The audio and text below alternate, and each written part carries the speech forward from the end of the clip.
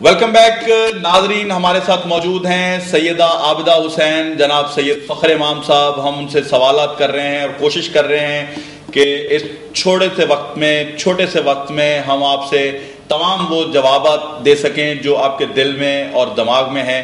جی فخر امام صاحب, آج کل جو حالات چل رہے ہیں میں تھوڑا سا چاہوں گا کہ ٹچ کرتا چلوں کہ ابھی ہمارے ایک وزیر اعظم بھینٹ چڑھ گئے پچھلے دنوں, جو ہے عدالت نے ان کو جو ہے سزا دے کے کچھ فیو سیکنڈز کی تو نااہل قرار دے کے باہر بٹھا دیا.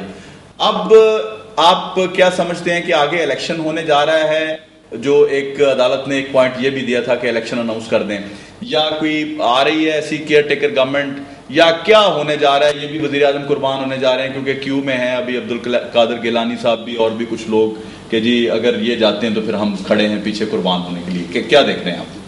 دیکھیے جی, میرا خیال میں ان 6 میں سے آپشنز جو اس وقت ایکسرسائز ہونی چاہیے وہ جیسے آپ نے کہا جنرل الیکشن ہی ہے. جی بالکل, کہ آپ جواب دہ ہیں عوام کے سامنے, اور وہ بہتر طریقہ 4.5 سال تو مکمل ہو چکے ہیں, صرف 6 ماہ آتے ہیں. جی اس لیے اس وقت ضروری یہ ہے کہ عوام ہی فیصلہ کرے کہ مستقبل کی قیادت کون سی ہوگی, پارٹیز کون سی ہوں گی.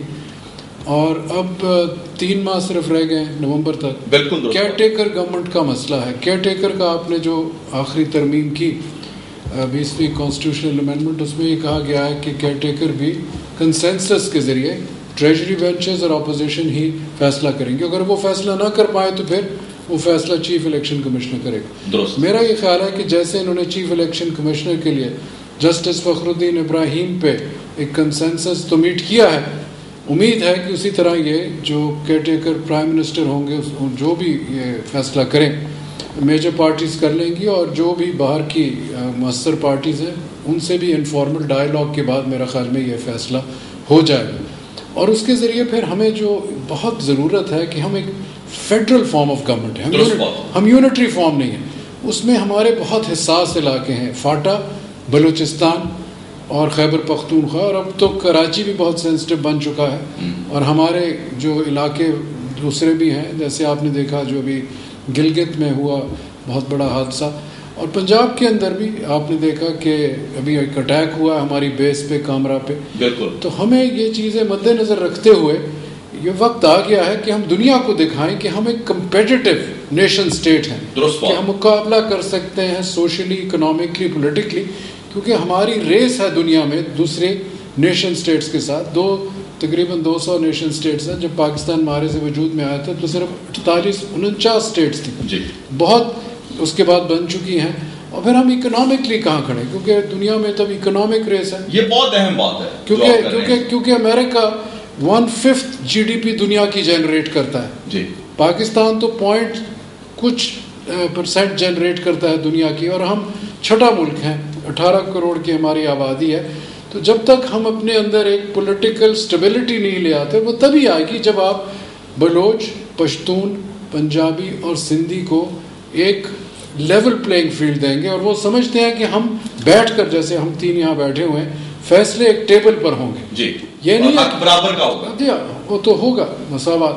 اور جب پاور شیئرنگ ہوتی ہے, جب آپ فیصلے اکٹھے بیٹھ کے کرتے ہیں. بدقسمتی سے بنگالی بھی ہمارے سے دور ہو گیا, اس کو ہم نے شامل نہیں کیا فیصلوں. یہ بنیادی بات تھی. چیزیں لے آتے ہیں لوگ, نہیں جی فنڈز کا مسئلہ نہیں, بالکل نہیں. پاور شیئرنگ فیصلوں میں شامل جب تک آپ نہیں کریں گے, ریل لیڈرشپ کو, بلوچ ہو, پشتون ہو, سندھی ہو, پنجاب کی ہو, تب تک پاکستان میں وہ پولیٹیکل سٹیبلٹی اور استحکام نہیں آئے گا, جس کے لیے آپ کو انویسٹمنٹ چاہیے. بے روزگاری, load shedding, law and order, یہ میجر ایشوز ہیں. انفلیشن تبھی طے ہوں گے جب آپ ایک یہاں اس قسم کا پولیٹیکل کلچر پیدا کر دیں جس کے تحت پاکستان ایک کمپیٹیٹو ملک بن کر سامنے ابھرے. بالکل درست بات. اچھا میں چاہوں گا کہ یہ جو انہوں نے بڑی معیشت کی بات کی ہے اور برابری کی بات کی ہے اور نیشن بننے کی بات کی ہے, اس پہ عمل کس طرح سے ہوگا یہ آپ ذرا مجھے بتا دیجیے. پہلی بات تو یہ ہمیں اسٹیپس کیا لینے ہیں؟ پہلی بات تو یہ ہے کہ ہمیں جو ہمارا فیملی پلاننگ پروگرام ہے اس کو مؤثر کرنا ہوگا, کیونکہ اس وقت ہم چھٹی بڑی ریاست ہیں دنیا کی آبادی کے حوالے سے, اور 2-3 سال میں ہم 5ویں نمبر پہ آ رہے ہیں انڈونیزیا کو اوورٹیک کر کے. اب ہماری ریسورس بیس جو ہے وہ اتنی بڑی آبادی کو جسٹیفائی نہیں کرتی ہے, اور ہمارے ہاں اوسط بچے فی گھرانہ اس وقت بھی 6 پیدا ہو رہے ہیں, اور ضرورت ہے کہ ہم اس کو 2 پہ لے آئیں.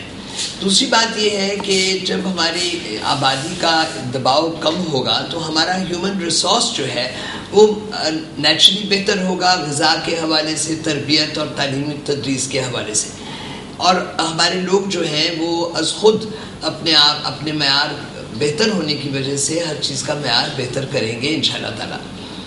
اور ایک اور جو بہت اہم بات ہے وہ یہ ہے کہ دنیا کی وہ ریاستیں جہاں پہ عورتوں کو فل ٹائم ورکنگ فورس کا 50% حصے دار نہیں بنایا جاتا تو وہ ریاستیں پیچھے رہ جاتی ہیں. اب ہمارے یہاں یہ ہے کہ ابھی بھی ہماری عورتیں جو ہیں وہ ورک فورس میں ایک قلیل حد تک شامل ہیں, ان کو آگے لے آنا بہت ضروری ہے.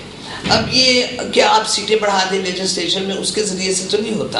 اچھا, یہ حل نہیں ہے اس کا؟ نہیں, اس کا حل ہے کہ ہم اکنامک انسینٹیوز دیں اتنے زیادہ کہ امپلائمنٹ میں ڈسکرمنیشن جو ہے وہ بند ہو اور زیادہ ترجیح دی جائے عورتوں کو. جب ہم اپنی عورتوں کو آگے لے آئیں گے تو وہ ہمارے ورکنگ یونٹس جو ہیں اتنے زیادہ بڑھ جائیں گے, اور اس کے ساتھ ظاہر ہے کہ ہماری جو کیپیسٹی ٹو ارن ویلتھ وہ بھی بڑھ جائے گی. تو یہ بڑی بنیادی باتیں ہیں. اب ان بنیادی باتوں کے ساتھ ایک اور بات ساتھ آتی ہے, اور وہ یہ کہ پاکستان کے شہری ہونے کے ناطے سے ہم سب کے حقوق ہیں برابر جی, لیکن ہمارے یہاں بہت ڈسکرمنیشن ہوتا ہے. اس کے باوجود کہ آئین واضح کے طور پہ کہا ہے کہ نہ فرقے کی سطح پہ اور نہ جینڈر کی سطح پہ نہ علاقے کی سطح پہ کوئی ڈسکرمنیشن ہوگی, لیکن ہمارے یہاں تینوں ڈسکرمنیشنز جو ہیں وہ بہت ویزیبل ہیں اور بلکہ بڑھتی چلی جا رہی ہیں. اب جو یہ واقعات ہوتے ہیں, سیکٹیرین کلنگز ہوتی ہیں, اور پھر اس لیے کہ وٹنسز نہیں ہیں تو ہمارا جوڈیشل سسٹم بیٹھ جاتا ہے اور یہ نہیں دیکھتا کہ وٹنسز کیوں نہیں ہیں. بالکل ایسا ہی ہے, اور مطلب کیوں, یہ کیا ایسی دہشت ہے کہ گواہیاں دینے کے لیے لوگ آتے نہیں, ان کو پروٹیکشن نہیں ہے. اور آپ دیکھیے کہ یہ جو ابھی گلگت بلتستان میں ایک بے دردناک وقوع ہوا ہے, وہاں پہ 3 ایسے لوگ تھے اہل سنہ کے جنہوں نے اپنی جانوں کا نذرانہ دے دیا, انہوں نے بتایا نہیں ہے کہ کون شیعہ ہے کون سنی. بالکل ایسا ہی. سو بنیادی طور پہ ہمارے لوگ جو ہیں ہم مسلمان ہیں اور ہر کسی کا اپنا فقہ ہے اور مشترکات زیادہ ہیں. جی, لیکن یہ ہمارا بٹوارا کر دیا گیا ہے, مولویوں نے انتشار پھیلانے والے بانٹ دیا, شیعہ اور سنی کو ایک دوسرے کے خلاف کھڑا کر دیا, اب بریلوی اور دیوبندی کو ایک دوسرے کے خلاف کھڑا کر دیا. تو اسی طرح سے ہم کرتے چلے جائیں گے تو ہم اپنا بٹوارا کریں گے اور ہماری تمام تر رونقیں جو ہیں وہ بھی سلب ہو جائیں گی. ہم دنیا کی نفرت کی نگاہیں بھی ہماری طرف اٹھتی رہیں گی, اور ہم اپنے آپ کو پھر بہت سمجھیں گے کہ ہم فیل ہو گئے ہیں اور الزام ہم دیں گے اوروں پہ. سو میں یہ سمجھتی ہوں کہ جو ملا یہ کہتا ہے کہ جی ڈرون نہ آئے, ساتھ ہی کہتا ہے کہ جی جس روح نے آنا ہے وہ روح آ جائے, اس روح نے آنا ہے. تو پھر اگر اتنی روحیں ہوں گی تو ڈرون تو نہیں رکیں گے, ڈرون تو آتے رہیں گے, روحیں بھی آتی رہیں گی, ہماری محتاجی اور مفلسی جو ہے بڑھتی رہے گی, کاسا ہم لے کے جاتے رہیں گے, لوگ ڈرون آتے رہیں گے. بنیادی جو لاجک کا تضاد ہے, ہم نے اس لاجک کے تضاد کو اپنی صفوں میں سے خارج کرنا ہے. دوسری بات یہ ہے کہ ہم نے اپنے بچوں کو یہ حوصلہ دینا ہے کہ وہ تعلیم کے ذریعے سے ہر جگہ پہنچ سکتے ہیں, اور ان کی تعلیم جو ہے وہ اس کا کوئی مول نہیں ہے. اس وقت پاکستان میں جس کے پاس تھوڑے سے پیسے آ جائیں وہ یہ سمجھتے ہیں کہ جن کی تعلیم ہے وہ ان سے کمتر ہے, حالانکہ جو سب سے بڑا زیور ہوتا ہے دنیا میں, جو سب سے بڑی دولت ہے دنیا میں, وہ انسان کے ذہن میں ہے, اس کے ذہن کے خزانے کی ہے.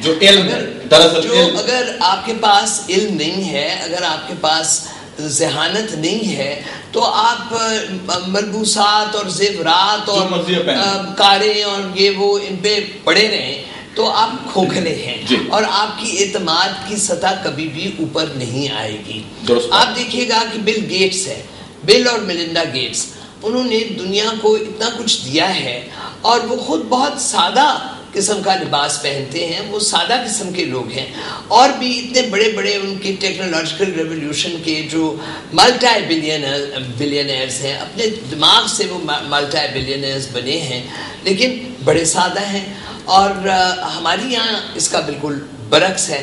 ابھی حال ہی میں فخر امام اور میں لندن گئے, تو وہاں پہ سینئر منسٹر ہے ان کی کیمرون کی کیبنٹ میں, فرانسس مورڈ. ایک پرائیویٹ ڈنر پہ ہم اکٹھے ہوئے, تو وہ مورڈ جو تھا وہ فورڈ موٹر کار جو سب سے چھوٹا ماڈل ہے وہ خود چلا کے آیا. تو میں نے ان سے کہا, دیکھیں نا بڑی اہم بات ہے, وہ اس پہ وہ ذہانت اور علم پہ بلیو کرتے ہیں. اب میں نے ان سے کہا کہ اگر آپ میرے ملک میں ہوتے نا وزیر, تو آپ کے ساتھ پولیس کاریں 8-10 ہوتی ہیں اور ہوٹر ٹوٹر ہوتے, اور آپ کے پھر ہینگرز آن جو ہیں 8-10 وہ آ جاتے بن بلائے. تو وہ ہنسا. اس نے کہا اگر میں افریقہ میں ہوتا تو 20-30 کاریں ہوتی اور 50-60 ہینگر. یعنی کہ جتنے آپ مفلس اور غریب ہیں اتنا آپ کا حکمران طبقہ جو ہے وہ شو آف کرتا ہے. بالکل ایسا ہی ہے. ان کو ہمیں بجائے اس کے کہ ہم حقارت سے دیکھیں ان رجحانات کو جو کہ ہمارے سے بھیک منگواتے ہیں, ہم ان رجحانات جو ہیں ان کو بڑھاتے چلے جاتے ہیں. ان رجحانات کو ہم نے کنڈیم کرنا ہے ہمیشہ, اور ان رجحانات سے اپنے آپ کو بچا کے جو ہے عوام کو سیو کر کے نکلنا ہے. اگر ہم اس رجحان کی بھینٹ چڑھ جائیں گے تو عوام کا بھی نقصان ہے اور پولیٹیشین کا بھی نقصان ہے.